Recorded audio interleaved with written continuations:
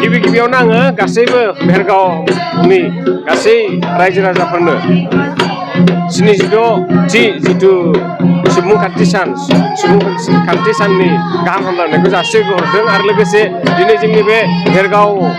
जिथु महकुमानि जे गेलेग्रा फोथारावहाय जे पुलिस फरायसुला फरायसुलि मोसाखावरि सेंग्रा सिख्लाफोर गासैखौबो आरो गुबुन गुबुन डिपार्टमेन्टनि जे अफिसारफोर बा मावथि बिथांमोन गासैनोबो आङो गिबियावनो 76थि सुबुं सानथि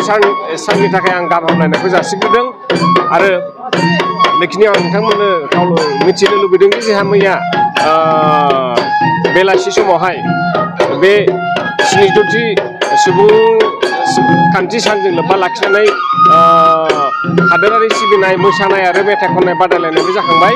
आरो लोगोसे दिनै मार्च पास्टजों लोगोसे गुबुन गुबुन डिपार्टमेन्टनि जिथु टेब्लु बे टेब्लुबो दिन्थिफुंनाय जादों आरो लोगोसे जोंहा जि हारिमुवारि हाबाफारिफोर दङ बे हारिमुवारि हाबाफारियाव जोंनि भेरगाव ओनसोलनि जिथु जोंनि जाथिफोरनि जिथु मोसानायफोर बेफोरखौ दिन्थिफुंनायजों लोगोसे जोङो भुटान इन्ड' फ्रेन्डशिप एस'सियेसननि गेजेरजोंहाय जोङो भुटाननि मोसाखावरिफोरखौ जों लेंबोनानै लाबोनाय जादों आरो बिथांमोनहाबो दिनै बे जोंनि हाबाफारियावहाय बाहागो लादों।